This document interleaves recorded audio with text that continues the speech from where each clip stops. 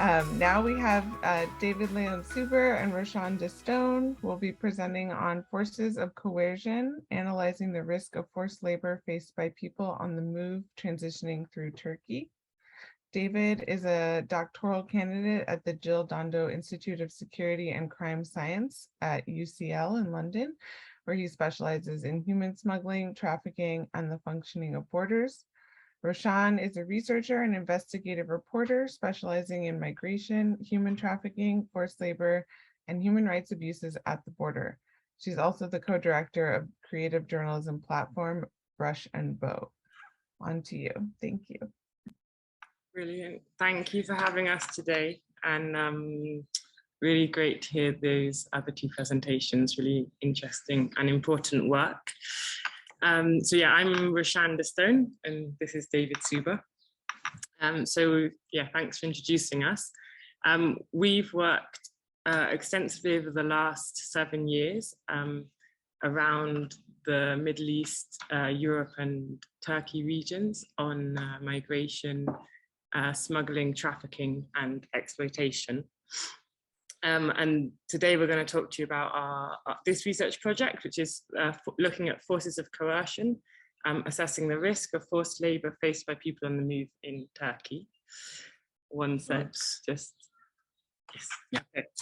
So before we started this project, we have been doing another project researching smuggling and trafficking networks, taking people across through Turkey and the Balkans into Europe.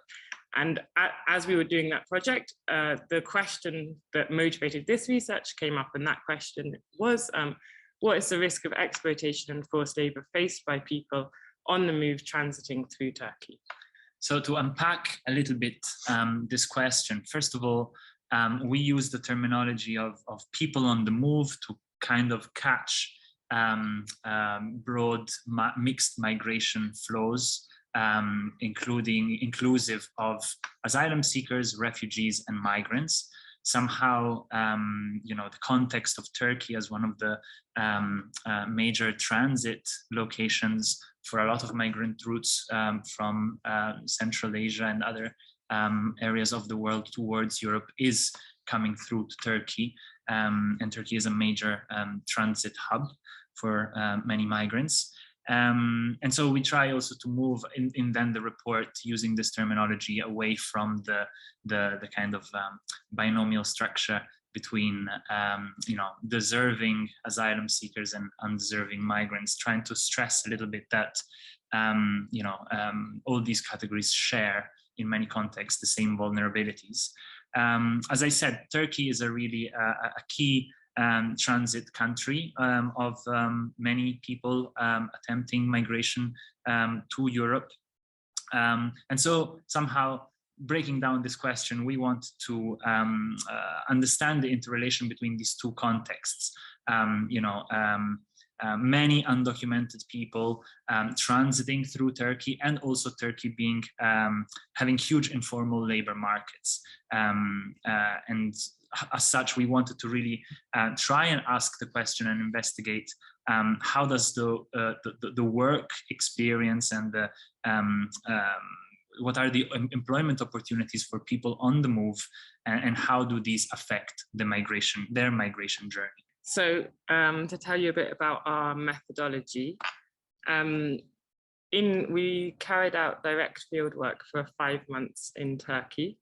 And on this map, you can see a little bit the hotspots. So we initially picked 4 hotspots for research.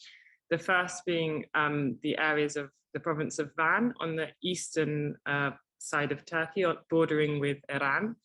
The second place being Gaziantep and Sanliurfa, which is in the south of Turkey, bordering with Syria. And we identified these as 2 main locations through which people on the move were entering into Turkey.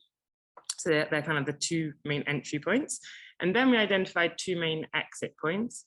The first being on the northwest of Turkey, so the Istanbul-Edirne region, bordering with Bulgaria and Greece.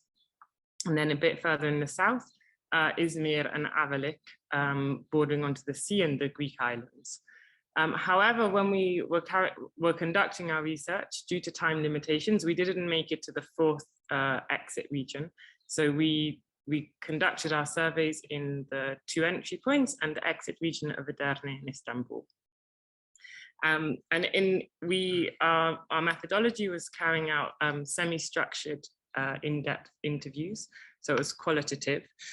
And in each location, we try to carry out at least one interview with someone from the following categories. So people on the move, people involved in smuggling or facilitating of irregular migration, people from labor unions, employers, lawyers and journalists who are expert in this area or working in this area, NGOs, and also government officials. So in total, we carried out 52 in-depth interviews. In relation to the people on the move, there was 8 different nationalities included. Predominantly, there was Syrians and Afghans, and there was a mixture of people who had received protection statuses and people who hadn't. So there was some people who were documented, some people were undocumented, and of those who were documented, some were working in the region that they're registered in, and others were working outside of the region that they're registered in. All of the people on the move that we interviewed had, within either currently or within the last 3 months, been involved in informal labor that they themselves defined as either exploitative or forced labor. And we chose to focus on an urban context. So within the people that we interviewed, we had people who were working in construction, textile factories, service industries, and garbage collection. And in terms of the employers that we interviewed, they were both Turkish employers of people who were undocumented and who were working informally. So we had a number of challenges whilst carrying out this research. One was that we didn't manage to interview as many Turkish officials as we had initially wanted to. We reached out to quite a few, but we didn't get very many positive responses for interview. Another one was around the issues of vulnerability. We had a trauma-informed approach, but often we found that it was very hard to find a location in which people felt comfortable to speak in safely. They were fearful of repercussions from the government or from employer if they were speaking negatively of them. So we often ended up conducting interviews inside people's houses in which there were children present. And this meant that we amended our interview schedule a little to make sure that the questions we were asking were appropriate to be asking in front of children as well. And maybe, yeah, just to mention that the people on the move we were speaking to, we were only speaking with adults, so people of 18 years or above. And the last kind of challenge we face is due to the clandestine nature of the topic, both of irregular movement and irregular work. It's sometimes hard to fact check everything we were collecting from the primary data. So we had a lot of help and support from NGOs and experts on the topic. And also we did a lot of desk research into reports in order to sort of cross-reference the primary data we were receiving with work that's already out there. And so in terms of findings, the report that we hope to be publishing soon is kind of divided into 2 sections. A section that describes some of the most common features and is more descriptive, and another one that is a little bit more analytical and has a little bit more analysis of the general context. These 2 types of analysis are also informed by different set of data. Descriptive analysis provides a breakdown of the information just from the 28 interviews that we conducted with people on the move, and somehow goes into describing a little bit dynamics of how people enter, experience, and then exit situations of forced labor or exploitation, self-recognized.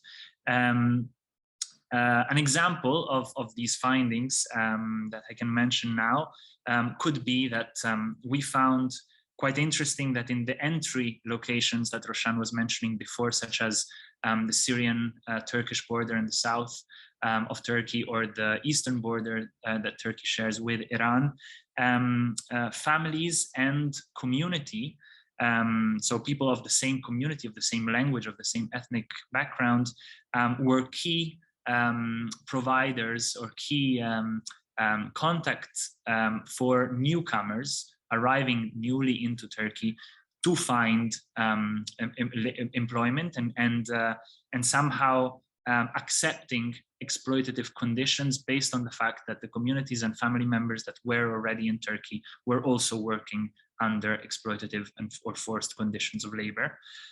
While instead in the exit location where we did interviews, so on the Evros region bordering Bulgaria and Greece, we found that actually smugglers were quite prominent as intermediaries between people on the move and employers in cities like Edirne and Istanbul. This was actually the case, it came out in interviews, that often when people on the move were failing the crossover border transit, because often they were apprehended at the border or pushed back by law enforcement officials either in Bulgaria or Greece, once back in Turkey, they were relying on the smugglers to be put in touch with employers in Istanbul and Edirne in order to kind of like sustain themselves in the period just after the pushback and possibly try again. In the more analytical section of our findings, instead, that whoever accesses this report will find and read, we integrate the 28 interviews with people on the move with the other 24 in-depth interviews that we collected with other stakeholders, including smugglers and facilitators. And somehow we draw some larger conclusions based on the interrelation of the data coming from these different sources.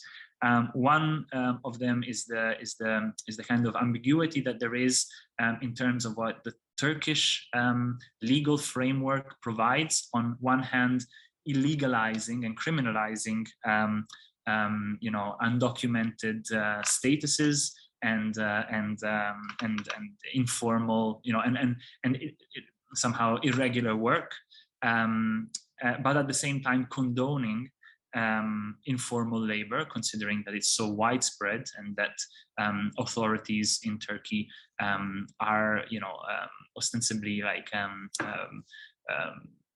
doing interventions and monitoring the situation. But as long as the labor remains invisible somehow, our impression talking with employers and people on the move was that very little was at risk in terms of being then reported to authorities. And a second finding was that most participants recognize themselves as being exploited.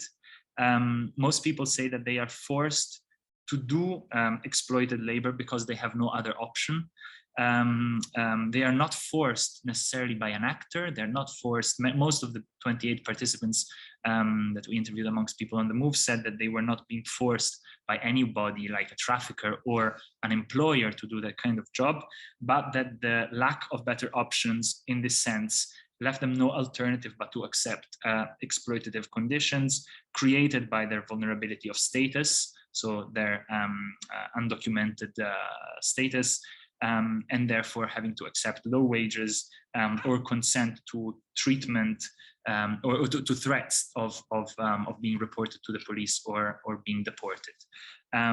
Finally, just to mention that we did see and hear and also it came out during interviews of cases of debt bondage, especially in terms of sex trafficking, especially in the context of women traveling alone through the eastern border between Turkey and Iran, women that are then paying their transit through sex work in Van, in the city of Van, and also heard testimonies of trafficking, of other forms of trafficking, child marriage, and we have reserved a special section for these types of testimonies, despite not being exclusively the focus of our work in the report. Now, I'm mindful of time, and so I'll stop here, but I'm keen to get then any questions at the QA or be in touch later beyond this conference. Also, just to mention, we prepared a very somehow simple presentation, mostly focusing on images, because we thought that at this stage in the day, maybe it was easier to just have images rather than lots of text. But we will be sharing a presentation or slides with more information later to be uploaded on the website. Thank you. Thanks so much, David and Roshan.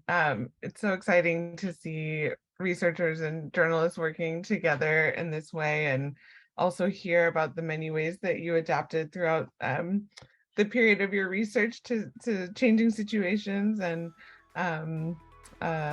so I appreciate that too. Thank you.